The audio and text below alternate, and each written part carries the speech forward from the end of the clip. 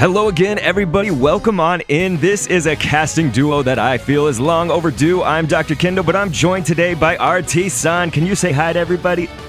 Hi everyone, this is RTsan here with pink hair.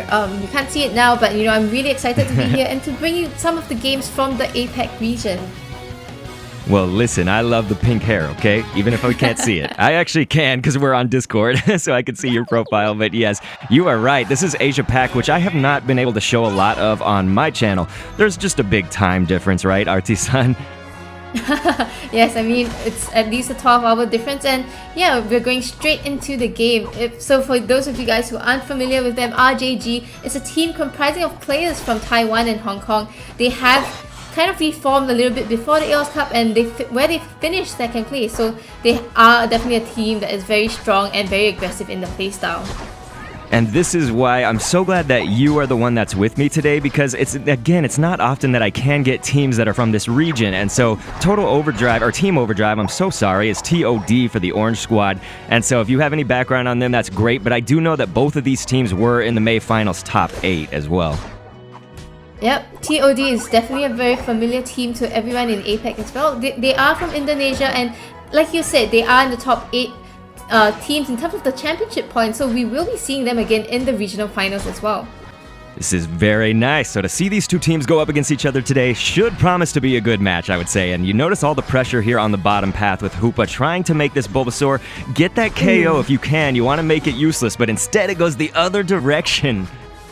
Seems like TOD is able to find a lot of value from that. I would think that with the Vulpix, they would be Team RJG would have been the ones to actually win the bottom lane, but it seems to be the opposite. The jungle rotation downwards, assures them 2 knockouts, and they get in some dunks as well. Right. So this is good. That's sort of a good measure for early on. Like you say, you would think maybe it's going to go one way for RJGaming, but no, TOD staying on their toes. And so, it's just as you mentioned, we had jungle rotation, and they're going to be back in that central area, though. Both, of course, Dragonair right now. So, Dragonite coming a little bit more into prevalence, but I did also want to point out this currently Steenie, but Zarina player right here. We've got to keep our eyes on this. Yep, I think, so Zarina has been recently buffed a little bit with the Lucario nerf as well. Yes. It does take a while to kind of get stronger in lane, but afterwards, in the mid to late game, it is quite strong as compared to like the Lucario that kind of scales off towards the later part of the game. Right. You're so right on that. That's kind of the best point that I was thinking that I wanted to make. And notice Alolan Ninetale, so A9 will be picked off right there. This is good for, of course, the Ivysaur for TOD. Right now, they have that kind of longer path, right? Because you have to reach level 9 for your evolution. You're going to be a lot better late game. So that's why a lot of players do want to take it out early. And we did not see that happen for RJGaming. So maybe a little unfortunate for them. But we are now looking at just about 20 seconds for that Drednaw to come. Of course, a Combi and Vespiquen before that. Yep, I think just now what we saw was TOD just having a very dominating performance in the bottom lane. They do already have that Dragonite way earlier than Team RJGaming has, but now they're all kind of just posturing for the first Drednaw, and this matters so much to TOD because they want that Venusaur up online as soon as possible. Yes, definitely. And we are noticing Drednaw will go down very, very quickly. And so that's actually going to go for left side team, which is RJG. And you would think, actually, that was looking a little bit more, once again, in favor of TOD, because they were definitely with the numbers. They had all hands on deck right there, but it was sort of that last hit, and I believe from Hoopa right there for RJGaming. Notice, though, TOD will respond by going ahead and making the dunks, but also take out that first T1 goal here on the bottom path. Yeah, both teams managed to find pretty good value from that Drednaw fight, right? RJG, they are kind of playing from the back in terms of the levels and getting that EXP well.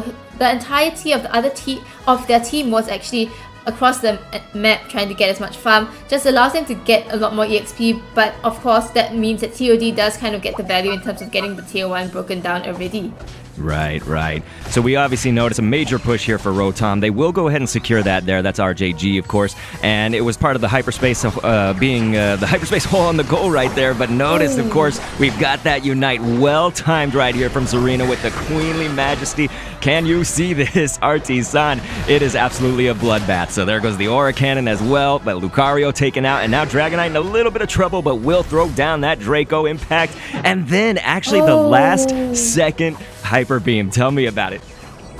That was really amazing gameplay from both sides. I think, Serena going straight for the Venusaur was such a great idea because this Venusaur is so tanky and it's very hard for their team to actually bring it down. But by targeting it first and, all of them kind of just going for it, they managed to bring it down, and because of that, they take the fight to their advantage, get the Rotom, get the push in as well. And of course, TOD, they are kind of fighting back, right? They do manage to find the knockout onto the Serena, and they don't lose that much in terms of value. I mean, the point difference right now is only like 3.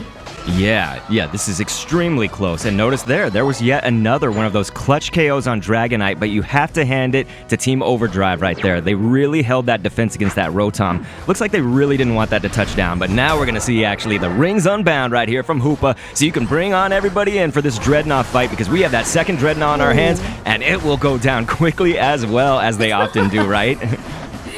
Yeah, and it seems like TOD does manage to get it this time, but in terms of taking the team fight, RJG, they are going inwards and they find so much value. Oh, they're caught so low, but they're still kind of making sure they find even more value, getting in some dunks in, and they will retreat, not giving the side of TOD any farm or EXP from getting any knockout. Ooh. Definitely, yes. I keep hearing your oohs, and I love it because it's always at that proper time. It's just, this is going back and forth. So now we are seeing a little bit more in the score. I would say just the advantage here for RJG, but you really don't want to count it out when it's this close. You also notice there's pressure on the top. Now we've got a little bit more pressure on the bottom. This is just match, I would say plenty of match everywhere to watch. Yeah, I think this is one of the things that we see a lot in the APAC and OCE regions, right? The gameplays are very aggressive, and both teams are always trying to find ways to find EXP and try to take the fights whenever they can. And of course, now it is like TOD's turn to kind of return the favor onto RJG. They need to kind of move back. They need to play a little bit less aggressively at this point. They want to make sure that TOD, they don't get the comeback EXP from getting any of the knockouts on their side. Yeah, wonderful, wonderful. I like seeing how that was executed, because RJG made that solid push on forward, and that's actually just evidenced by when we look at the mini-map, we have the T1 gold down on both.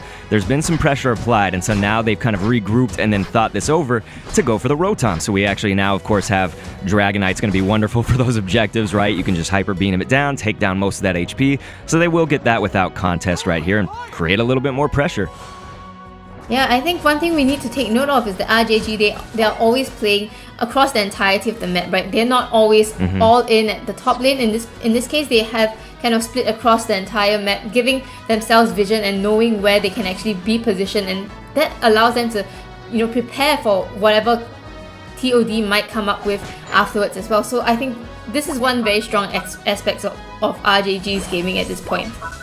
Absolutely. I think that my audience will obviously know this, but just if it should go without saying, of course, left side team, they'll go ahead and take that again for that last Drednaw before the final stretch. But I was just going to say, it really is a treat to have you here, being that you are more familiar with APAC than I am. Again, it's not for any lack of trying. It's just obviously the time differences and things, but I'm just so glad that you've been able to help us analyze what's a little bit more common and what's not. And so we noticed it right out the gate too, because oftentimes RTsan, you probably know this, right? But NA, EU often are running that 1-1-3. This one was the 2-1-2. But anyway, we're in that final stretch, so let's hear it, RTsan. What's going to be happening? Well, I think RJG, they had a very strong positioning, and once again, the Serena goes straight for the Venusaur. Venusaur goes down, and Hoopa's Unbound is going to be popped right now, and I think it does seem that RJG does have the advantage right now. They have a lot of good positioning across the entirety of the map, and they managed to bring down the side of TOD. That's right, and we've already got Zapdos at 50%. Notice that TOD's still trying to be in this fight, and that's the thing about Draco Impact, is right here. And it looks like right side team, so TOD is actually going to take that, and this is what they would have wanted. So Team Overdrive can now maybe make this push. Notice, though, they did have a few players drop, so it will be a little bit more of an uphill climb, but that will be the 96 with all point values doubled.